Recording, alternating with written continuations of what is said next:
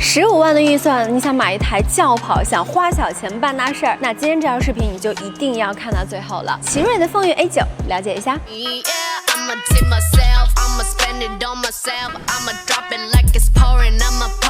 如果说你第一次见到它，你一定会觉得啊，这真的是奇瑞設計的車嗎？沒錯的啊。首先呢，我覺得這個設計它現在就不太像是以前的那種偏理工男就更穩重那樣的感覺了。現在我覺得當你看到這台風雲 A9， 你會覺得說它裡面融入了很多年輕人喜歡的那種時尚感跟運動感在裡邊。跟速七相比呢，我覺得它更多的是融入了一些東方美學的理念在裡邊。比方說它前面的這個臉啊，包括就是它側邊的這個輪毂，車身一共有9個顏色讓你去選擇，每一個顏色都是屬於那種我覺得年輕人會更喜歡的感覺。所以呢，你就會發現其實他們在設計上真的是花了點心思的，而且這個也是經過驗證的啊，他們也拿到了德國紅點設計大獎。側面呢是我非常喜歡的半隱藏的門把手，之前呢我們也給大家聊過這個好處，我覺得它是融合了那種隱藏式門把手跟這種機械的給它融合到一塊兒。好處呢就是你既會降低風阻，同時我們使用起來你也会觉得更加的方便，尤其是就是女孩像我們这种长指甲是吧，你去这个掰它门把手的时候，就会觉得这種半隱藏的就它會比那種就是完全隱藏式的會更加方便一點。所以側邊就這麼多，咱們來看一眼後備箱的空間。剛才呢我們已經把後排的座椅放倒，你可以看一下，現在其實空間還是蠻大的。如果說你要是偶爾有一個小搬家，這個也是能夠應對得了，但是它放不了那種就是說特別長的那種東西是不行的。如果說你光看上面就會覺得好像是一個正常的這種家用車的水準，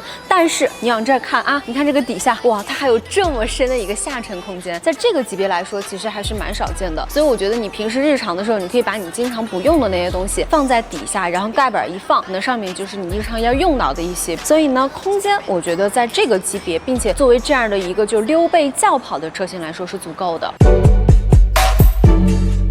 一上車是不是覺得不太像是15萬級別這樣的感覺？因為你一上車呢，你會發現它其實也是給你用到了很多的小巧思。第一個呢，我是覺得就是它車上的這些材質的搭配。首先呢，它的靈感是借用於傳統的蜀錦，再配合上門板上它有一些麂皮，以及就是你看它上面它不光是這種就是皮革，它裡邊還有一些這種細碎的小光珠的。所以說這樣搭配起來，你就會覺得就是一眼看過去那個小質感還是有的。那好處呢，就是冬天你去摸它的時候，你不會覺得說就是很冰手，夏天呢也不粘，所以這個我覺得也是它就是設計除了好看，它又比較實用這樣的一個特點。副駕前面它用到的也是比較獨特的這種白蠟木紋，所以呢就是除了你看上去比較有質感之外，你也會覺得說就整個的視覺效果它是特別柔和的。你前方呢是一個15點多寸的一個屏，之前呢我們給大家拍過這個風雲 T9L， 就是它的那一套的語音操作的邏輯啊，包括就是你使用小齊它的那種靈敏程度，因為我們當時其實也是開了個好幾天，就是經過這樣長時間的一個試駕，就會感覺到它是那種聰明的靈敏程度，不是說只能給你完成一些比較基本的這個打開這個按摩呀，打開通風加熱什麼的，就我覺得它是有點那種人大腦的一個邏輯的。然後整個車上呢，它是有8平方多米的這個軟皮的包裹，除了我們剛才看上去你會覺得比較有質感，摸着也會覺得就是蠻有質感的。頭頂上方呢是一個2平米多的一個大天幕，而且關鍵的是它是有電動遮陽簾的。那有的時候尤其像夏天，我們女孩可能會比較在意防曬的事兒，如果說這個上面它沒有簾兒，就跟你說可能你降低多少這個紫外線，可能心裡還是覺得會有點不踏實，但是有個簾兒就會覺得放心很多了。2.9米的軸距，你來看一下後排的空間表現怎麼樣啊？前排的這個駕駛員坐姿已經調到我自己就剛才坐着能開車這樣駕駛員的一個坐姿了，腿部我覺得是非常寬敞的，就是你看翹二郎腿是非常這個輕鬆自如的，但是頭部可能相對來說有一點點窄，而且我覺得可能這個大天窗如果它能夠延伸的在後邊一點，那可能我會覺得會更加的開闊一點。但是呢，後排它的這個椅子的乘坐的感覺，包括你看它這個坐墊承托的也是挺好的，即便你看我今天穿高跟鞋，它這樣都能給我承托的很好，那就更別說它平底了，那它一定就是說把這個腿部這一塊包裹的非常的好，因為它的坐墊是足夠長的，而且它的這個椅子也是足夠軟。除此之外呢，純平的地台，然後這邊一個 Type C 一個 USB， 該有的基本啥都有。